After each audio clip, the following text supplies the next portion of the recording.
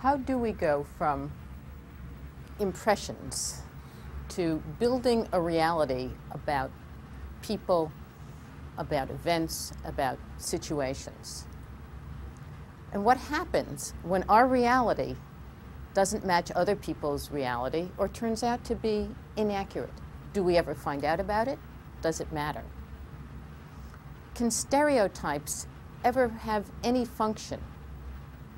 Or are they always dysfunctional, somehow damaging to people around us? And how do all of these come into play in organizations? These are the things that we'll consider this time in organizational behavior. Building reality from impressions, the processes that feed into it. One is something that we call the self-fulfilling prophecy. What is this thing, self-fulfilling prophecy? Well, it is a process by which our own expectations have some effect on other people, some target person, and then in some way they begin to behave in ways that in fact confirm our own expectations. A prophecy that becomes fulfilled. We really got insight in this whole area of self-fulfilling prophecy from the work of Robert Rosenthal.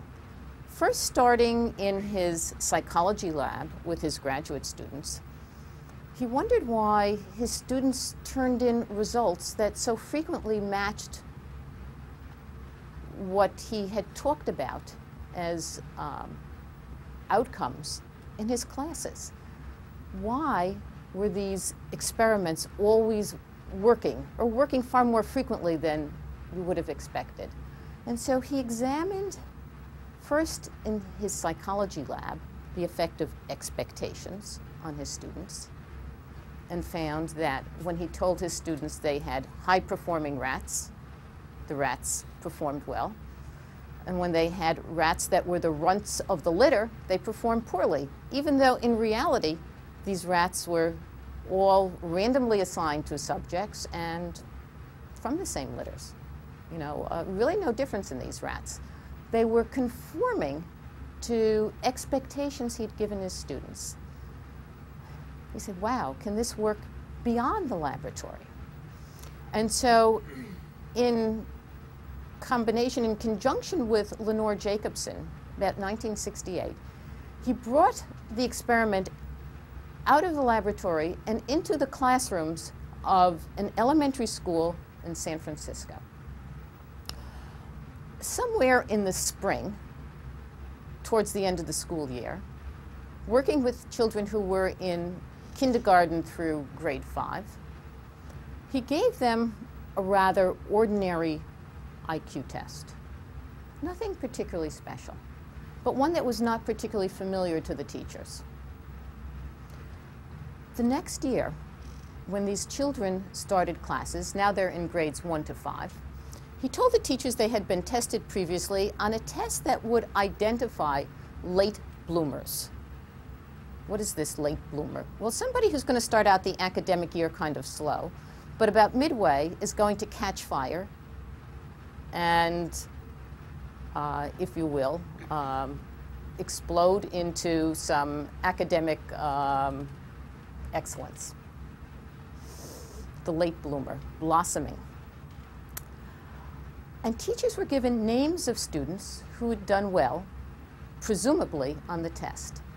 In fact, the names of the students they were given, well, you know, like 10 or so in the classroom, I don't remember the exact number, were drawn from random. They were on the average no different than the rest of the class. Okay, so this list of students, in reality, a random group, no difference from the group identified as late bloomers to the rest of the group. The end of the year, they look at children's grades. This group identified as late bloomers in comparison to other children in the classroom, those left off the list. And they also give them the test again. And some really fascinating results happen. Again, expectancy shows itself. The children who were identified as late bloomers perform on the average better than the rest of the classroom. And again, on the average, perform better than the rest of the class on this test. Whatever is going on? Can it happen that a simple expectation that we have of somebody is going to somehow be transmitted in some unwitting way by the teacher to the child, and presto, the child behaves better? Let's take a look and see how this process might work itself out. The self-fulfilling prophecy at work. The perceiver forms some impression. The teachers are given names of the students, and they're identified as late bloomers, an expectation that somehow these children are going to behave differently. And given the expectation by somebody who seems to be quite credible, an authority in the area. The teacher or the perceiver then somehow treats or acts differently towards this group of students based on expectations.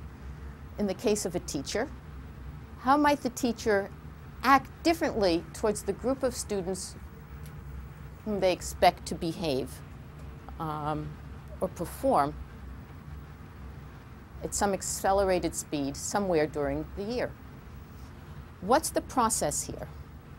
Well, they might give them more attention, one of the ways of behaving differently. They might give them more challenging projects, and they might be more encouraging. You can do it. Stick to it. You've got the potential. You just have to try a little harder. Keep at it. As opposed to students who they have no expectations about. They're forming their own natural expectations, and we can see the downside of expectations for those who are not performing so well initially. They may not get the encouragement, the attention that they need from the teacher. So, all right, we see then the differential expectation. And now this child getting the extra attention, getting the extra encouragement, given the more challenging projects, begins to behave in a way that starts to conform to the teacher's expectations, begins to believe about himself or herself what the teacher believes.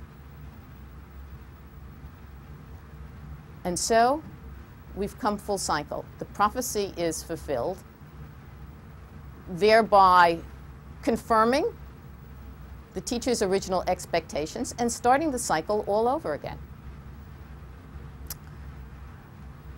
Does it only work in the classroom, or can it work somewhere else? Let's take a look at yet another piece of research. Attractiveness in the eye of the beholder. Research by Snyder, Tunke, and Burchard. Research in the area of social psychology, but again showing how expectations have impact on actual behavior. In this little interesting piece of research, males and females were to communicate with each other over the telephone in sort of an icebreaker situation. We want you to get to know each other.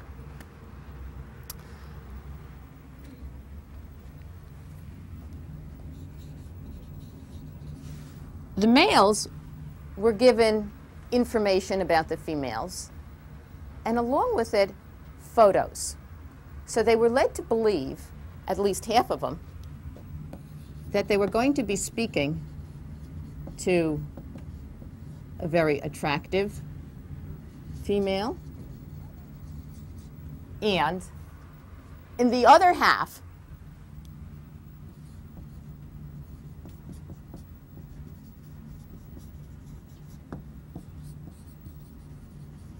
an unattractive female.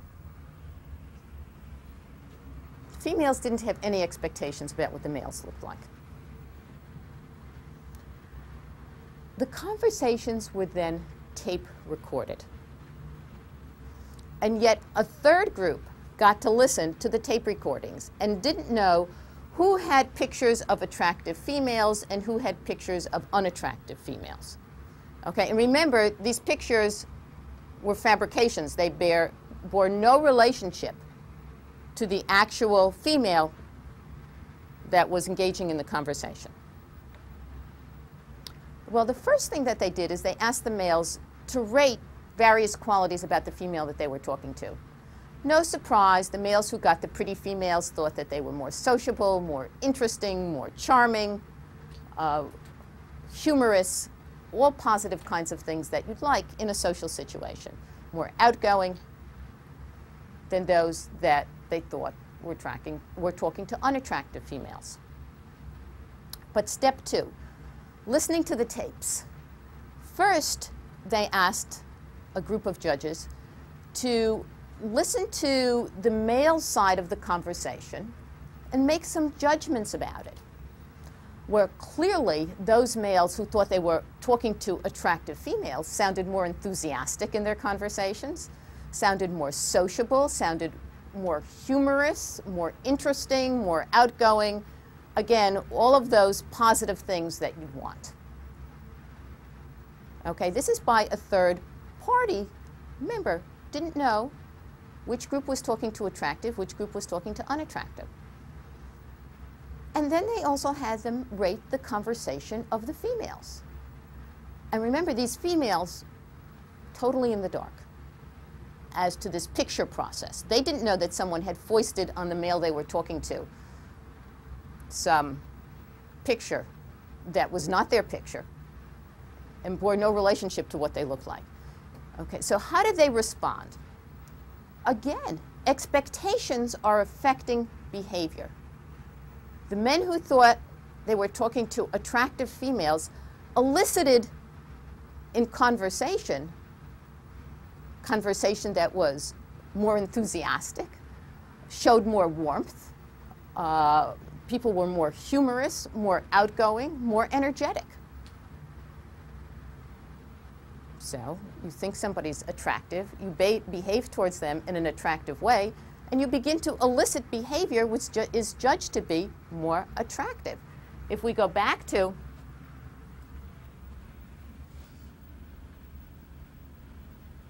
the schematic, the perceiver forms an impression, attractive, unattractive. The perceiver then somehow behaves at an unconscious level. None of this is going through conscious processing. In some way differently, based on that impression. And then the target of that expectation, again, responds in a way that fulfills the expectation. Okay, and the cycle starts again. Self-fulfilling prophecy.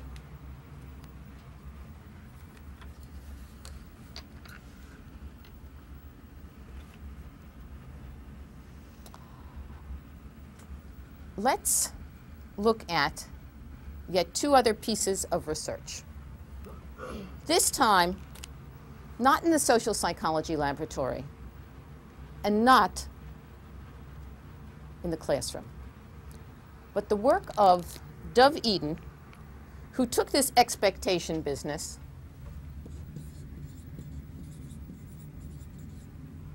into the military in two pieces of research. One is called Pygmalion Goes to Boot Camp, and the other called Pygmalion Goes to Sea. The whole reference to Pygmalion, if anybody knows the stage play My Fair Lady, in which something that's worth looking at, get the movie as well, okay, in which expectations about a common flower girl in London turn her into behavior which she carries off as a princess, a story that's been told many times. In the first piece of research, Pygmalion goes to boot camp. He's working with Israeli Defense Forces.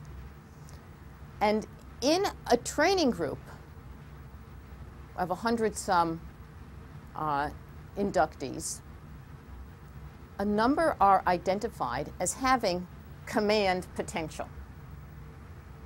So their trainers think that somehow they're going to blossom over the course of this basic training period.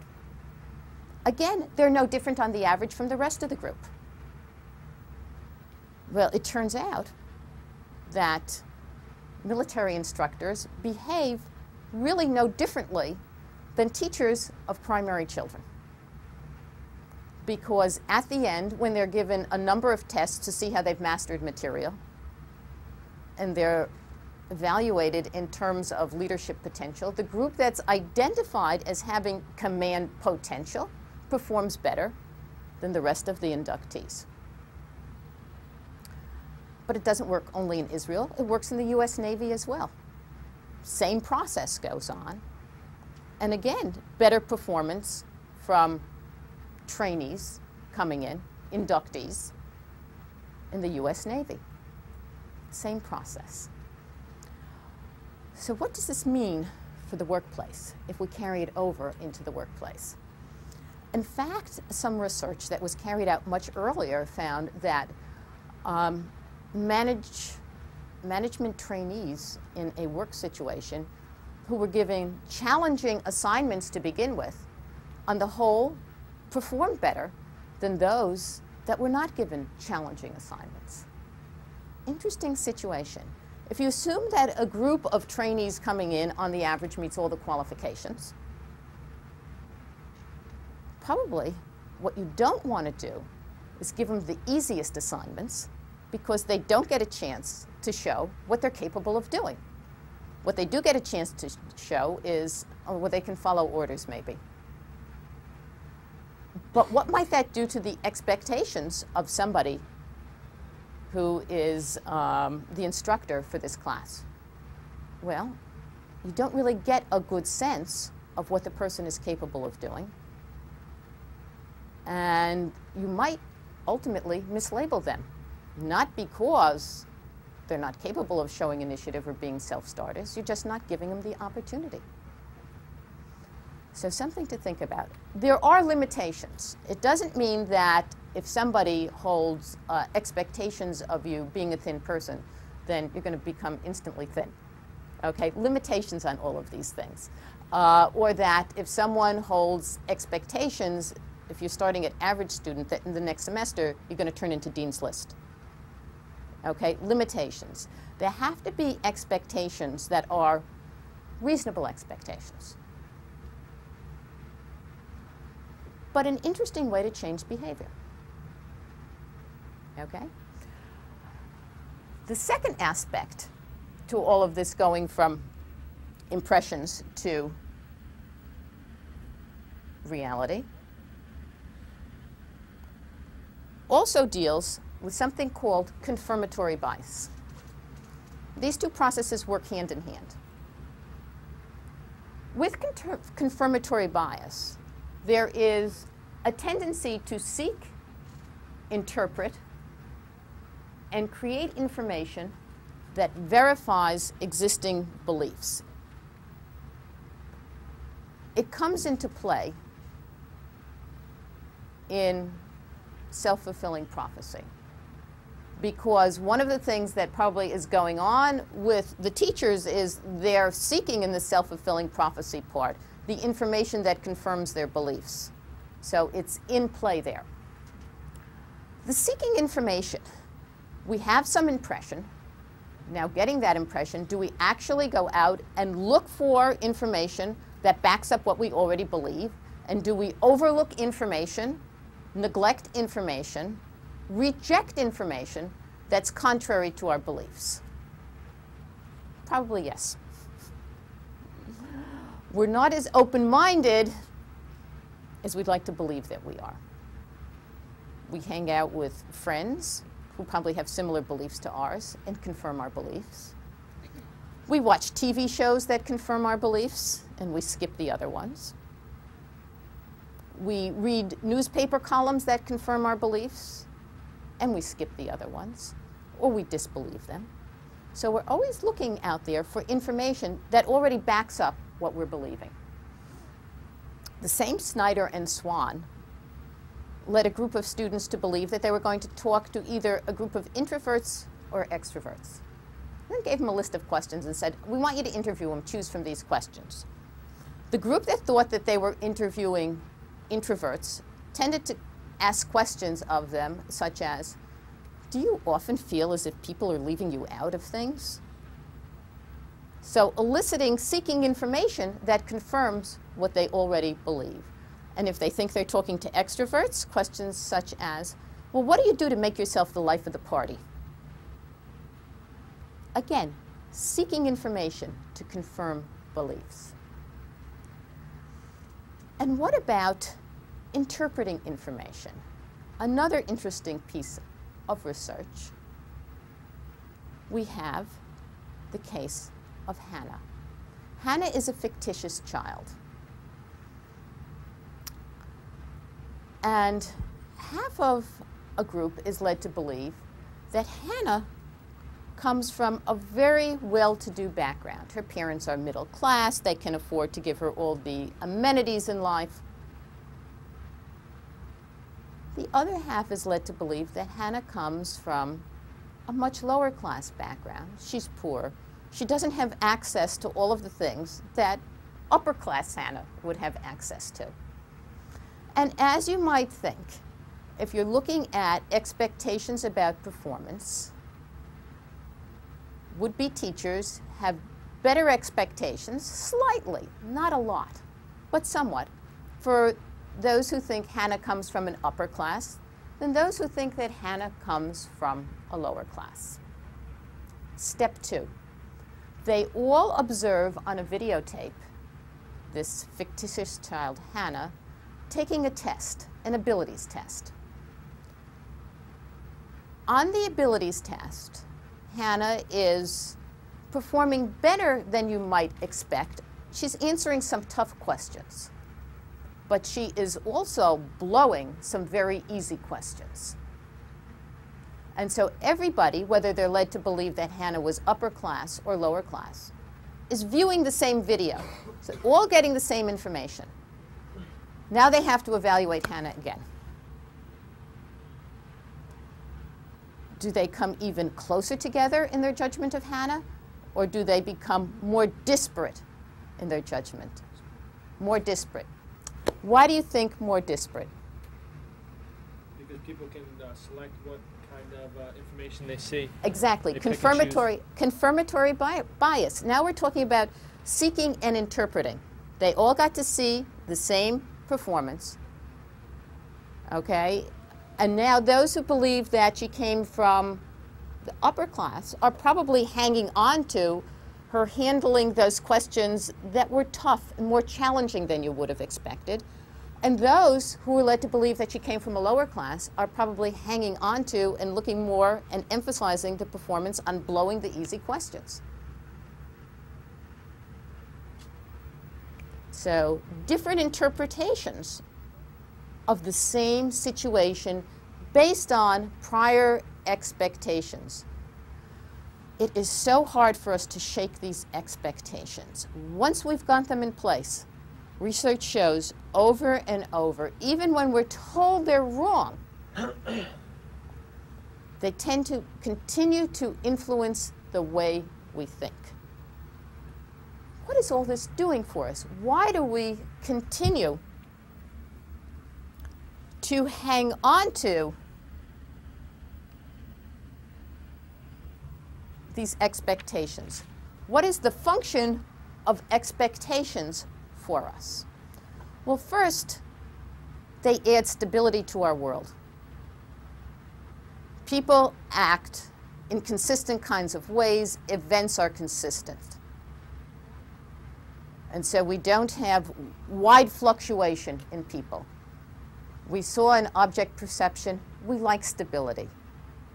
We make a judgment and we close on an object. We make a judgment and we close on people. And it gives us the stability. The second thing it does is, it seems to me, permits what I call economy of effort. If every time you met an individual, the same individual, you started your judgment process from scratch, it would take a lot of effort, and you wouldn't get very far knowing that individual. So you construct your template, your cookie cutter of what that person is going to behave like, and you've got them in that slot. Then you don't have to put much effort into understanding how they behave. All of their behavior makes sense. You interpret it in light of this template that you have of how the person is going to behave. Economy of effort. And then you can divert your effort to new things that are coming up, where you need to give attention. They give us, by and large, these expectations, good enough accuracy. Our perception of people tends, for most of us, to be good enough in terms of accuracy. It's not perfect. We miss things. We misinterpret things all the time. We misinterpret people's intentions. We think we're being cute and funny about something. Somebody else interprets our behavior as rude and thoughtless. We made a mistake. Okay? Well, so once we find out we've made the mistake, we go back and make amends. If we find out, or else we don't have much interaction with that person and we go on to something.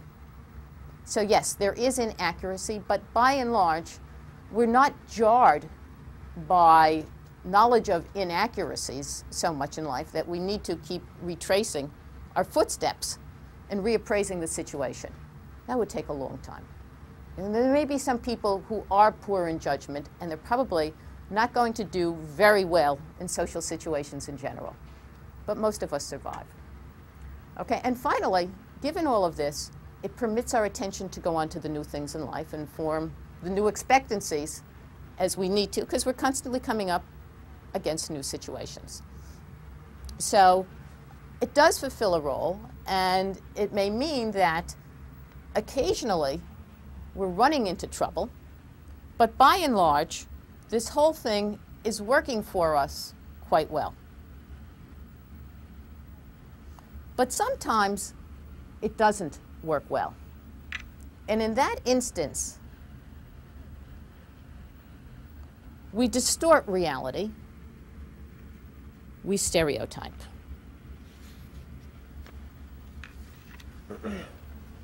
How do the stereotypes form? Well, we learn to stereotype much the same way that we learn everything else in life. We learn to stereotype from people around us, our parents, our friends. The media feeds into it. We have impressions. And we stereotype by initially forming categories and putting people into the categories. We put people, if you will, into pigeonholes. And then having placed them in that pigeonhole, we tend to behave as if they're all alike. They're all the same flock of pigeons, if you will. And we don't behave any differently towards one than towards the other. We're missing differences among the flock. And we sometimes treat groups that we're a member of with the same stereotypes that others treat them. Example of doing that. Well, we can look at gender stereotypes. Many women hold gender stereotypes towards other women that men hold towards other women. What are gender stereotypes? Well, the typical ones: women are more sociable, they're more expressive, they're less into what we call agency and effectiveness. And there are many women who hold those same stereotypes, not seeing differences among other women. They may not hold those stereotypes for themselves, but they're holding it for other women. And so we learn these stereotypes.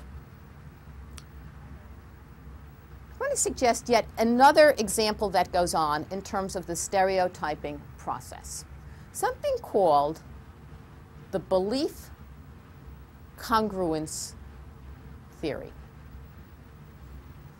Typically, we see people who are similar to us as holding the same values that we do. And we're attracted to people, we think favorably of people, we like people who hold the same values. So it may not matter basically what they physically look like. You get to know people in your fraternities, in your religious organizations, in your classes or whatever, who are quite different from you,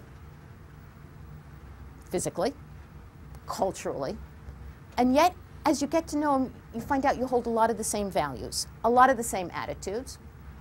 You get to like this person. But because of our tendency to categorize people, to put them in some pigeonhole on the basis of a lot of physical characteristics initially, we may make the assumption that people who aren't like us culturally, physically, same gender, same race, same height, who knows, to somehow be different from us also on values. Not knowing the person means we're making assumptions that they're different in terms of a whole host of attitudes that we hold. And so what we're really looking at is, in terms of stereotypes that people hold, some assumptions that they're making about people in terms of values and attitudes. I'm assuming you're different. I'm assuming you're holding a whole host of attitudes that are not the same as mine and not as good as mine. And if we get to know the person, we may find out things are really different. And that there's a way of communicating across all of these differences. And so you see many efforts out there that try to break down barriers by getting people to communicate. In international relations, it abounds. You have efforts trying to get people in Northern Ireland, okay, the Catholics and the Protestants, to communicate with each other. There are groups out there at low levels. It never progresses beyond that because the barriers are there. People don't go beyond the barriers. In Israel, there are low-level efforts among students and among other groups to get communication going between Israelis and Palestinians. And they succeed at low levels, but they never go beyond that because the rest bump up against their confirmatory barriers. And the assumption is that because you're different from me, you hold a host of values and attitudes that are very different. And maybe you do, but I'm never going to find out unless I get to know you. Stereotypes and stereotypes fulfilling themselves. And so we never get beyond them.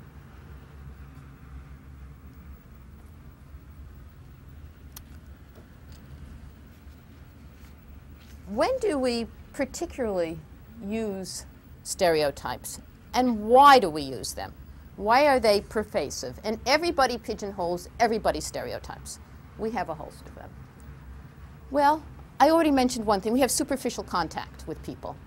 And so we draw on our knowledge package of what somebody's like without ever getting to know the person. We don't have the opportunity. Superficial contact. You walk into a room and you hear somebody speaking with a different regional accent. Calls up all the stereotypes of whatever that regional accent is, and you never really get to know the person, and so you look at their behavior and you see them behaving that way.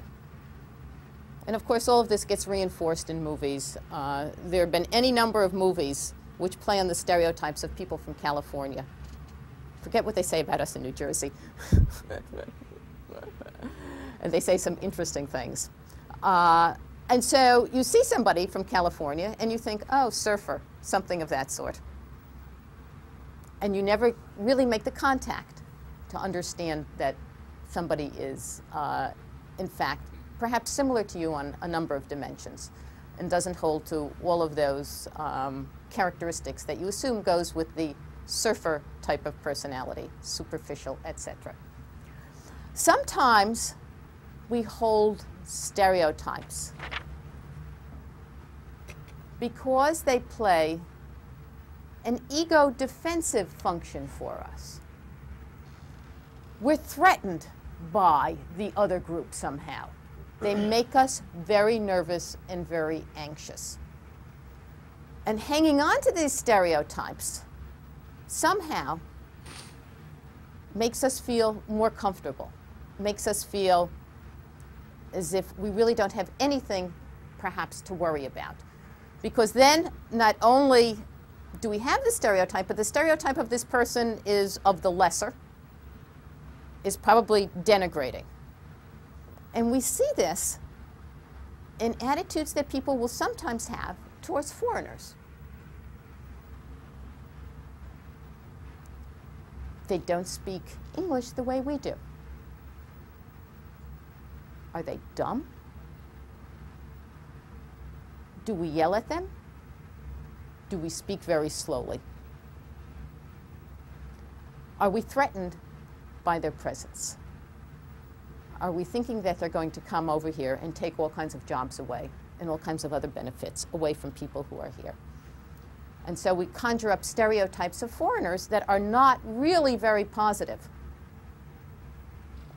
that somehow handling the ego defensive function. It's defending against threats that we may have to us about these people. We may have stereotypes because it's instrumental to goals that we want to achieve. We want to become part of the country club. How do we see the people who belong in the country club? Stereotype positive. They all have all of those qualities we're aspiring to. They're witty. They have good taste. They're so classy. All positive kinds of things. Well, if we hold these attitudes towards these people, maybe they'll accept us. It gets us where we want to go. Instrumental to goals that we want to achieve. The other thing I might add about the function of stereotypes is, again, like expectations, there is an efficiency there. And very often they form around what we call a kernel of truth. We do see this behavior in a lot of people who belong to the group. The dysfunction part comes when we exaggerate it and distort it, and we apply it to everybody who we pigeonhole or put in that group. And then what happens? Well, again, we can come back to some of the stereotypes. The stereotype of somebody from the South. They're slow. They can't work in a fast-paced environment. How could I bring somebody up from a plant way down in Mississippi to work somewhere on Long Island? This person is never going to fit. The stereotype in operation. We're not giving the person a chance. We're not seeing beyond the labels and the expectations that we have. And so stereotypes are also dysfunctional. They have become dysfunctional over a lot of areas. Gender stereotypes. Can women be leaders? Do they have math potential? Can they work in technical areas? Can they be tough? And what happens if they're too tough? Do we accept them? Interesting case of a woman who was trying to make partner in an accounting firm. She brought in a lot of business. She had great billable hours, but she was judged by the partners to be rough and abrasive and needing a course at charm school. Were gender stereotypes coming into play? Would we hold up the same criteria for men? Or was she really rough and abrasive, and did she need a course at charm school? She didn't get the partnership. She sued. She won. Okay, in this case, it was seen as holding differential standards for men and women. Any company that is using differential standards for men and women in the workplace will ultimately run into trouble, because that kind of discrimination, and discrimination isn't always bad, but that kind of discrimination is not allowed. So stereotypes working in a dysfunctional way. And racial stereotypes are yet another area. We had a big judgment awarded to Texaco just last year because there appeared to be at least some high-level discrimination against African Americans. It held up in court.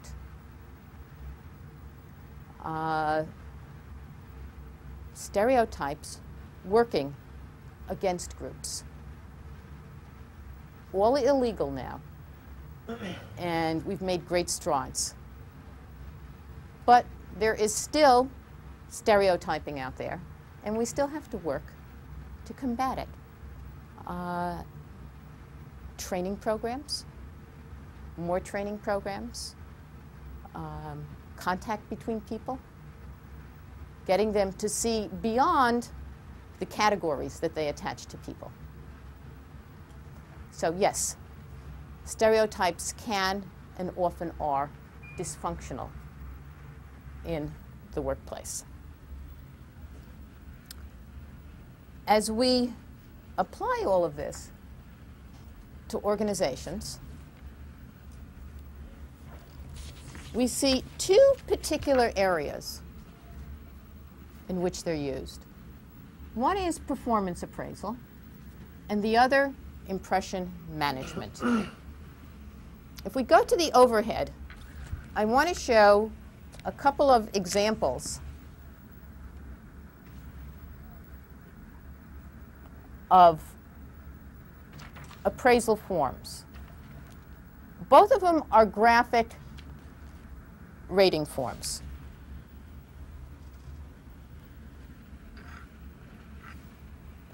And here we see that the supervisor would have to rate an individual, in this case a made-up name, Chris, on quality of work,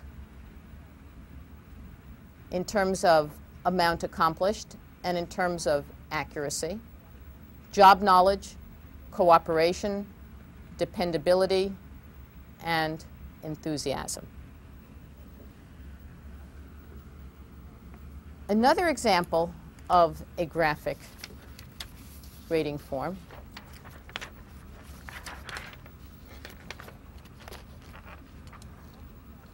and again, scales often run from 1 to 5. In this case, unsatisfactory would typically be something like a 1 and outstanding a 5.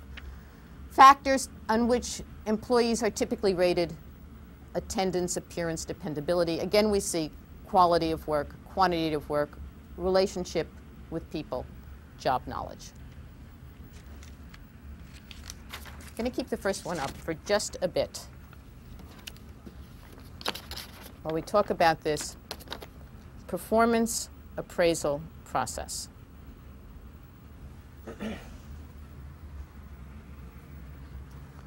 Performance appraisals turn out to be an important part of a manager's job. You may only have to do it once a year, but it's going to be extremely time-consuming.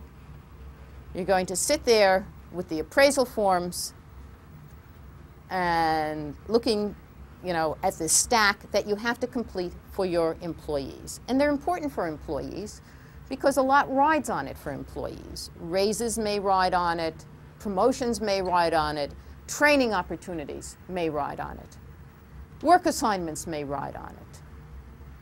So it is a tough job, and it has sometimes been said that managers would rather do their subordinate jobs for a month than have to appraise them. You have to sit and make judgments about the person. And not only that, as a manager, you're going to ultimately have to confront the person on the judgments you've made. How do you go about making judgments on people, particularly when you're only doing it once a year? Well, you haven't got a whole host of videotapes on them in which you can review how they've performed. And chances are you haven't kept logs on how they've performed either. Ultimately, you're relying on your memory of what this person is like. Your first-hand experience of what the person is like.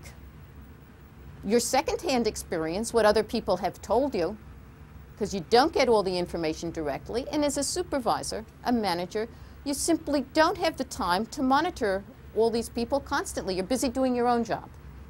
So you're also relying on their productivity, the reports, the work that they turn in, as a way of making judgments. But again, here you are, needing to get them in the next day. The clock is ticking away, and you still have this stack to do. Memory. You're going to pull up stuff from memory. And as you pull up impressions that you have from memory, a lot of things come into play that we have already talked about over the past couple of sessions.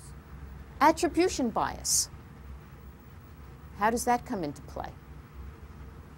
Well, are you more likely to attribute things to the person and qualities of the person? Or are you likely to see situations somehow affecting this? If we think about fundamental attribution bias, we're more likely going to attribute it to the person or the situation? Person. The person, exactly. We're going to be focusing on the person.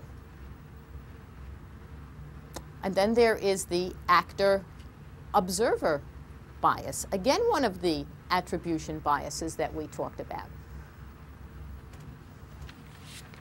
When we think about somebody else's blunders, again, we're going to attribute it more towards the situation. But when it comes to their successes, we might think about, well, maybe their success had something to do with me being a great manager. And so we may not give them sufficient credit for some of their successes. So here we have attribution bias playing itself out. And next, confirmatory bias. We have an impression about the person, and now we're going to say, all right, yeah, you know, like Chris.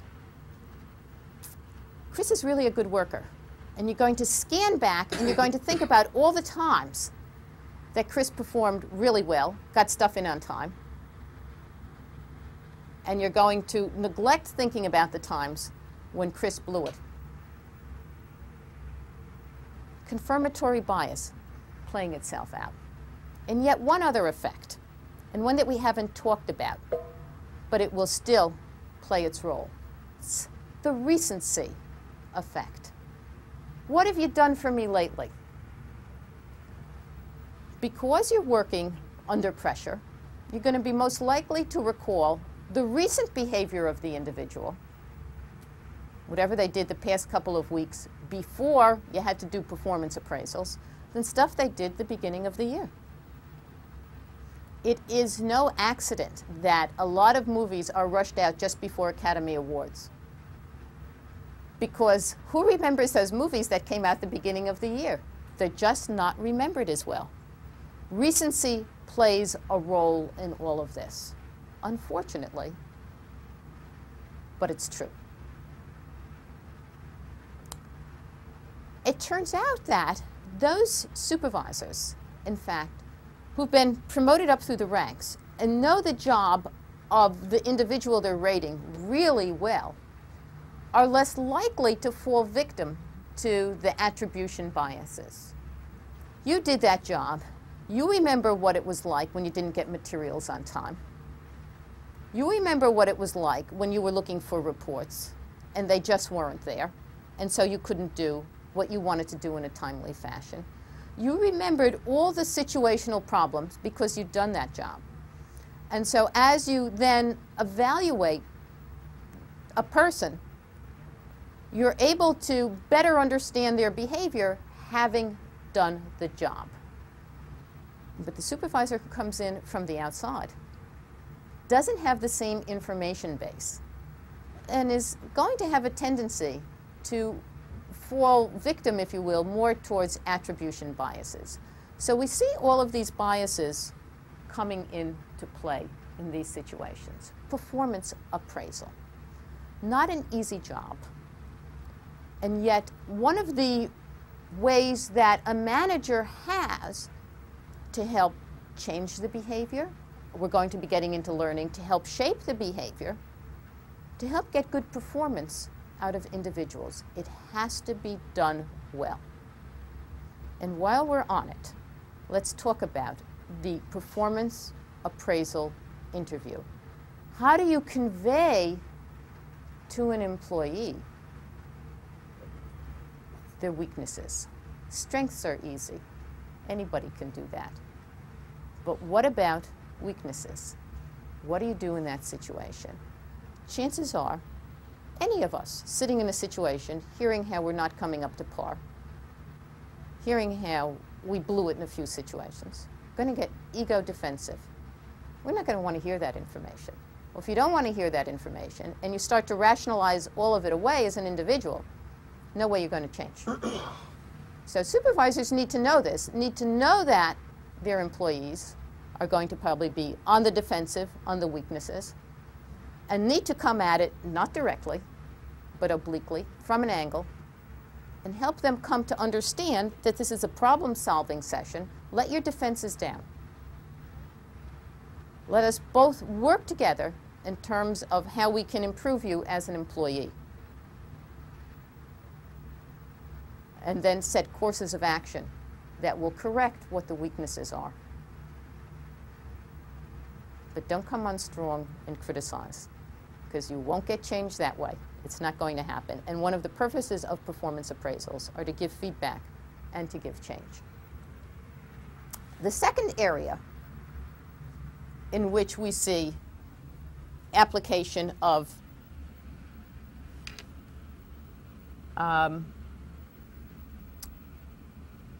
impressions is in the area of impression management. How does this operate in an organization? Well, it's the individual who wants to get the good performance appraisal, who wants to succeed. How does this person operate? Well, if you are a high self-monitor, if you are sensitive more frequently to what people think about you, and some people are going to be that way, others aren't, then you're going to try to put your best foot forward. You want people to, well, we all want people to have good impressions of us. Some people just work at it harder than other people and are more aware of it. Most of the time, we're not engaging in self-monitoring. We're not thinking about what others are thinking of us. We're doing. We're behaving the way we typically behave. But when you switch into impression management mode, when you switch into self-monitoring mode, one of the things that you might do is engage in self-promotion.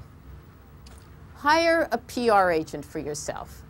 Well, you're probably not going to do that, but we'll come to that in a minute. What you need to do is make people aware who are in a position to evaluate you, make judgments about you, of the good things that you're doing. But you have to do it in such a way that you're not seen as constantly tooting your own horn. Get somebody else to point it out, if possible. When I talked about hiring a PR agent, people who are in the public eye, in fact, have their public relations agencies working for them. And they get the good news stories out there. They want the press to be there when the good news stories are out there. Unfortunately, for people who are high profile, the press is out there when the bad news stories are out there as well. It all comes as part of one package. And we have just recently seen the whole issue in the most dramatic of ways with Princess Di and the paparazzi who followed her. And what happened to her is tragic. But while the fingers were at first pointed at the paparazzi, there is some retraction as to their being the first-hand cause of the accident.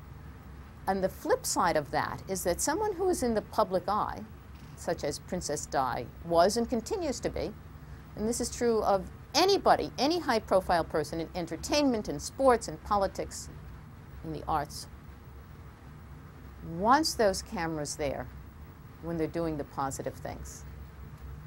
So they want the promotion in the most positive of ways, and that's what PR agents, public relation agencies do. So you have to then learn in self-promotion to be your own public relations agent and do it in subtle ways. Conforming to norms, yet another way that we engage in impression management. We don't want to stick out as being somebody different, so we conform to the norms. We behave in ways that are in accord with other people. If we stick out, well, we might stick out positively, but we might stick out negatively. And most people don't want to risk that. In classes, the comfort of being with other people. In teams, the comfort of being with other people and not particularly sticking out. So people behave in ways that conform to the various norms. Flattery, sometimes they say, gets you everywhere. But in this case, think about flattery in terms of making your boss look good. That will get you someplace. And by all means, avoid making your boss look bad. Don't do things that might embarrass your boss. And you need to think about that. What might embarrass your boss? Well, handing in inaccurate reports that are thought to be accurate ultimately will get you into hot soup in the organization. So we come back to being productive. That works. So we've then come from where we started talking about confirming impressions and building beliefs, to influencing how others behave through self-fulfilling prophecies, to looking at how stereotypes form and persist, and then recently exploring these two applications in organizations. Next time, we are going to look at the role of abilities